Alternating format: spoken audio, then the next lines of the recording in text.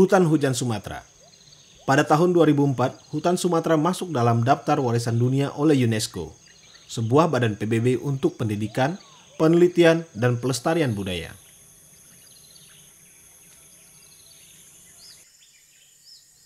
Hutan Sumatera adalah rumah bagi keanekaragaman hayati unik dan kaya. Tidak kurang dari 10.000 jenis tumbuhan, 200 mamalia, dan 580 burung dapat ditemukan di sini.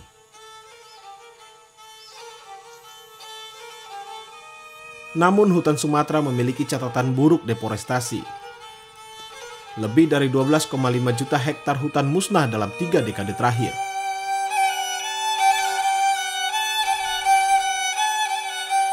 Sumatera juga memiliki hutan gambut yang luas. Dan salah satu provinsi dengan kawasan gambut terluas adalah Riau. Hutan gambut memiliki peranan penting bagi penyelamatan iklim dunia, karena menyimpan karbon dalam jumlah yang besar. Hutan gambut juga punya peranan penting lain bagi ekologi dan ekonomi lokal, seperti menjaga keanekaragaman hayati, sumber pangan, dan pendapatan yang berkelanjutan bagi masyarakat. Salah satunya adalah ikan air tawar. Di Semenanjung Kampar, Provinsi Riau, telah ratusan tahun masyarakat di sini hidup bersama ekosistem rawa gambut. Semenanjung Kampar adalah kawasan hutan rawa gambut terluas yang tersisa di Pulau Sumatera. Secara keseluruhan ekosistem ini 700.000 hektar dan yang tersisa sekitar 350.000. Pemanfaatan kawasan ini untuk hutan desa seluas 4.200 hektar, HPH sekitar 45.000, restorasi ekosistem sekitar 108.000, dan HTI sekitar 472.000. Kondisinya sangat terancam karena sangat rentannya ekosistem hutan rawa gambut ini oleh kegiatan yang bersifat pendekatan perusahaan seperti pembuatan kanal, penanaman pohon yang sejenis.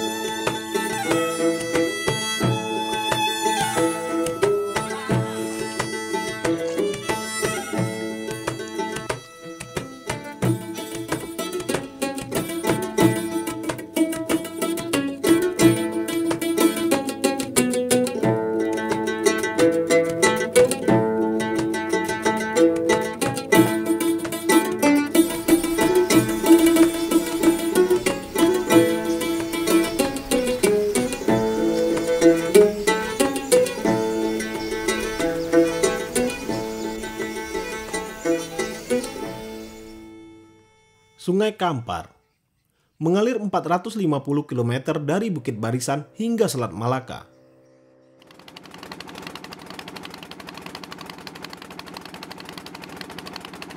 Salah satu fenomena hidrodinamika unik di sungai ini adalah gelombang Bono, pergerakan massa air dengan gelombang pasang menjalar menuju hulu ketika bertemu arus sungai.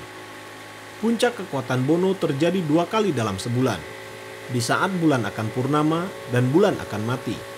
Akibat daya gravitasi bulan, gelombang besar Bono bergemuruh bergerak masuk dari muara hingga 70 km melawan arus Sungai Kampar.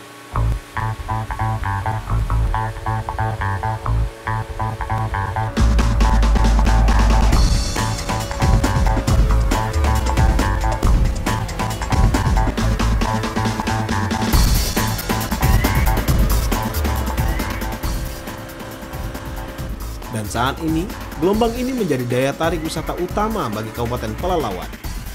Banyak peselancar internasional yang datang untuk mencoba fenomena ini. Pariwisata menggeliat di Kecamatan Teluk Meranti.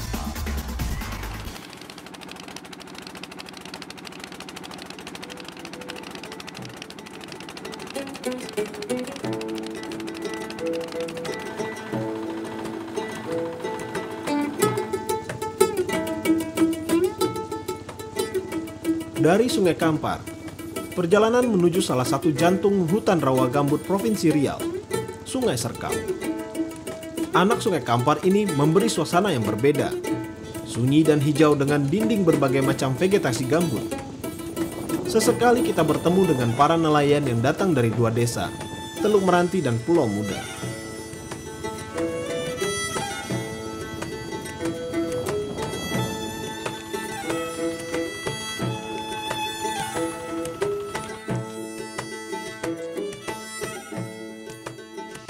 Sungai ini salah satu dari 4 sungai yang ada di Sungai Kampar dan merupakan akses masyarakat untuk kepentingan berhubungan dengan hutan, untuk ikan, kemudian untuk mencari beberapa tanaman obat dan interaksi yang terkait dengan kehidupan mereka. Dan salah satu yang muncul potensi adalah potensi ikan, di mana pada sungai ini setiap bulan tidak kurang dari 1 ton ikan salai dan 1 ton ikan segar keluar dan tersebar ke Pekanbaru sampai ke Sumatera Barat.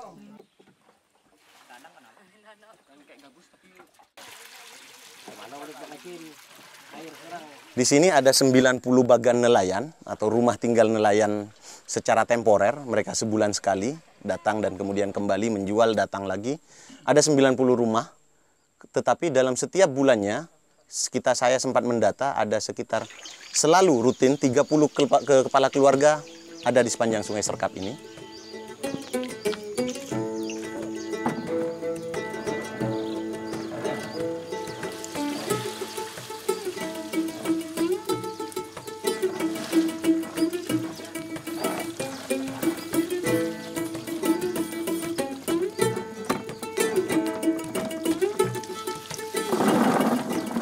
Penghasilan di sini cuma ikan baung, ada selais, ada baung, ada kelabau, ada tapah gitu. Nah, ada ikan, kalau banyak namanya itu, kalau orang kota ya ada bilang ikan pelompong itu, kalau sini kami ikan bujuk namanya. Itulah seterusnya kita selama berapa tahun lah, sudah puluhan tahun. Sejak dari tahun 80 sampai sekarang. Terus jadi nafkah anak.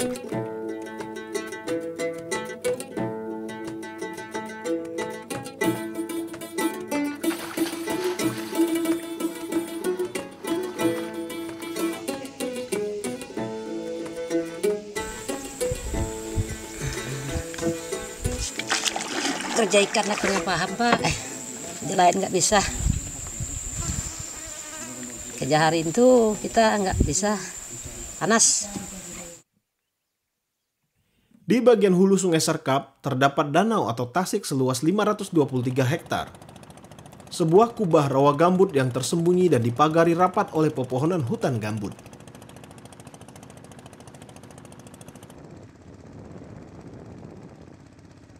Dibutuhkan waktu 2 hari perjalanan dengan pompong atau kapal kayu kecil untuk mencapai lokasi ini.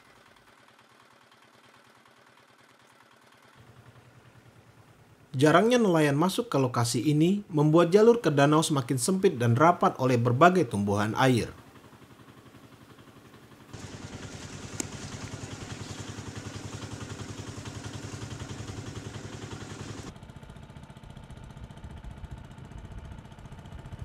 Danau ini hanya dihuni oleh seorang nelayan, Pak Sukiman, yang sejak tahun 1978 mencari ikan di sini. Setiap 2 bulan, dia kembali ke desa untuk menjual hasil dan membeli perbekalan. Kalau musim dulu, Pak ya, sampai tak terangkat 1 orang tapah itu besar-besarnya. Kalau sekarang ini sudah susah. Sampai tak terangkat berapa puluhan kilo lah itu. Waktu itu tenaga kita masih utuh kan, masih muda lagi. 1 ekor ikan pun tak terangkat 1 orang. Dipotong 2 baru terangkat.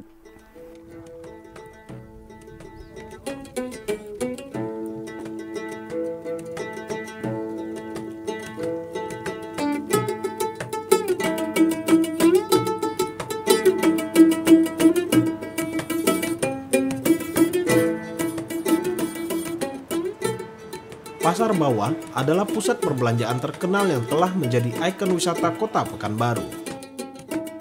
Di pasar ini juga kita dapat menjumpai pedagang yang menjual ikan salai. Ikan asap atau ikan salai dari Sungai Serkap juga mengisi pasar-pasar di Pekanbaru. Daya serap yang tinggi membuat ikan salai banyak dicari, baik untuk hidangan keluarga atau buah tangan buat mereka yang mengunjungi Provinsi Riau. Kalau yang kayak gini biasanya sih saya sambal. Kalau yang agak-agak besar tuh digulai, yang ada ubi kan, masakan khas Riau kan. Nah, itu biasanya sih yang itu. Nah, kalau bawang juga biasanya digulai itu. Orang Melayu ya udah biasa makan jadi enak sih.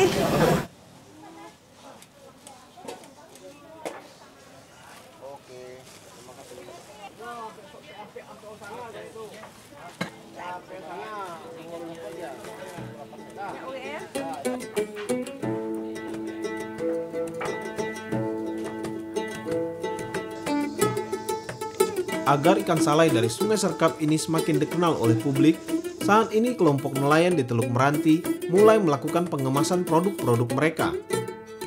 Karena selama ini ikan salai mereka dikenal sebagai produk daerah lain.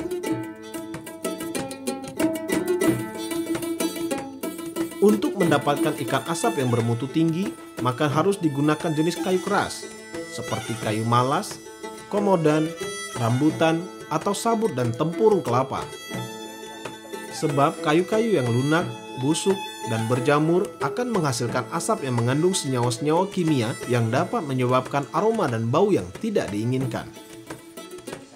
Kulit ikan yang sudah diasapi biasanya akan mengkilap.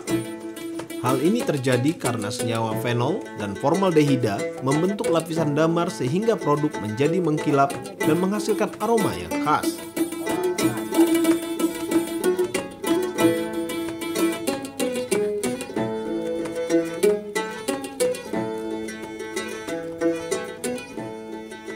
Pertama sekali dulu ya ditangkap ikannya, langsung diolah, dicuci di siang jam ini, sudah itu baru langsung disalai.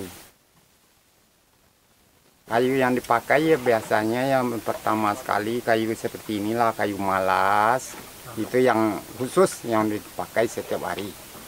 Yang pertama pentingnya kayu malas itu, pertama kayu malas itu apa sudah dimakan api itu sampai habis kayunya ataupun tak mau mati apinya.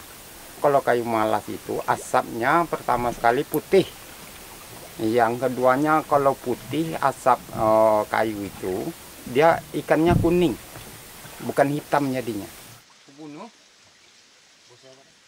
Kita masuk ada dapat 2 juta 1 bulan, ada 2,5, ada 1,5, nah gitu. Nggak tentu kalau penghasilan ikan kita ini.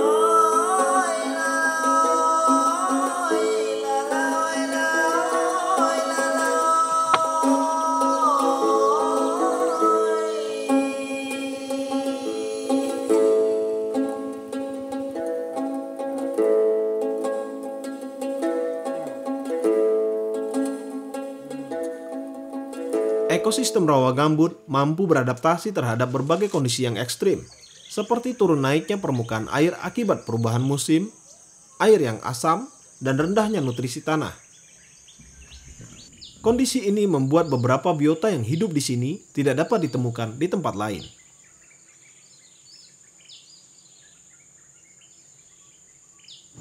Di Danau Besar Serkap ini ditemukan ikan spesies baru. Nelayan di sini menyebutnya ikan merah. Ikan berukuran kecil ini hanya bermain di permukaan air pada saat hari mulai gelap. Kita dari Kementerian Kelautan dan Perikanan ingin mencoba mengeksplorasi informasi yang diberikan oleh Yayasan Mitra Insani dan masyarakat bahwasanya Tasik Serkap itu ada ikan merah yang konon kata ikan endemik gitu. Jadi yang kita lakukan sini, kita mencoba mengambil sampel, bahwasanya kalau ikan ini belum pernah teridentifikasi, kita akan mencoba mengidentifikasinya gitu, dan juga mengambil sampel DNA untuk kita analisa DNA-nya, kemudian langsung kita akan coba untuk mendaftar kepada Gen Bank di Eropa sana begitu.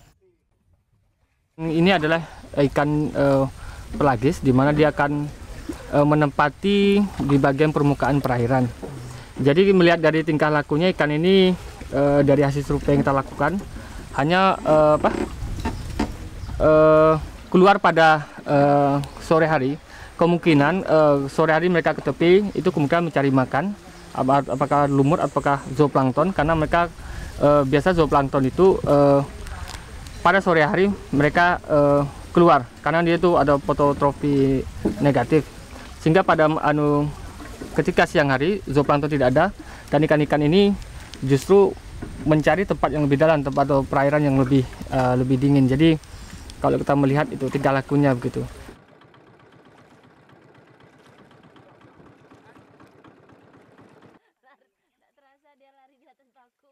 Ini lagi sampling fitoplankton, organisme yang biasanya jadi makanan ikan. Yang lainnya teman saya lagi ngukur kualitas airnya, konsentrasi oksigen di air berapa, kemudian pH airnya, temperaturnya, yang biasanya menjadi indikator untuk tempat tinggal ikan itu di mana gitu, atau lingkungan yang disukai sama ikan itu. Apabila hasil identifikasi kita mengatakan bahwa ikan ini belum pernah diberi nama ilmiah, ini akan menambah informasi tentang keanekaragaman sumber daya hayati perairan di Indonesia, khususnya paparan Sunda.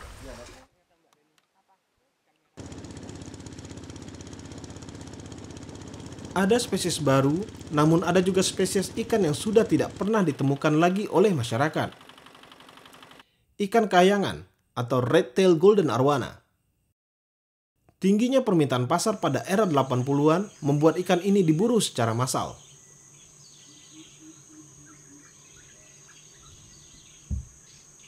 Kalau dulu ikan kayangan itu paling banyak sini. Paling banyak, ya betul banyak. Semuanya orang kampung tuh datang mencari ke sini ikan kayangan tuh, mencari anaknya tuh. Soalnya anaknya tuh lebih berharga daripada ikan-ikan yang lain, kan gitu. Ikan hias lah. Jadi sampai sekarang pun sudah habis, tak ada lagi. Satu ekor pun tak ada dapat lagi. Lihat tak ada lagi. Lihat pun tak ada. Jangan dapat lagi lihat nengok aja pun tak dapat lagi.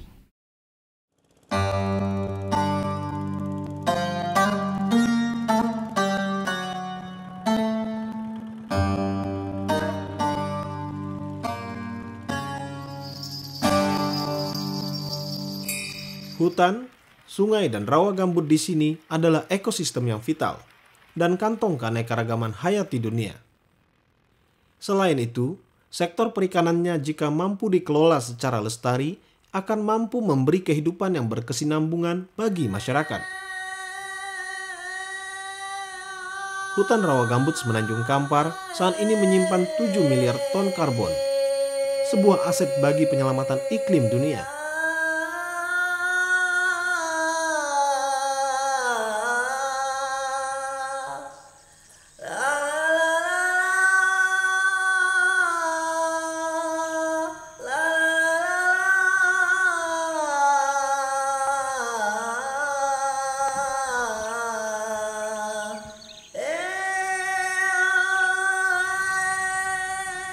Hutan Sumatera tersisa 12,8 juta hektar pada tahun 2009 atau hanya 29% dari luas daratannya.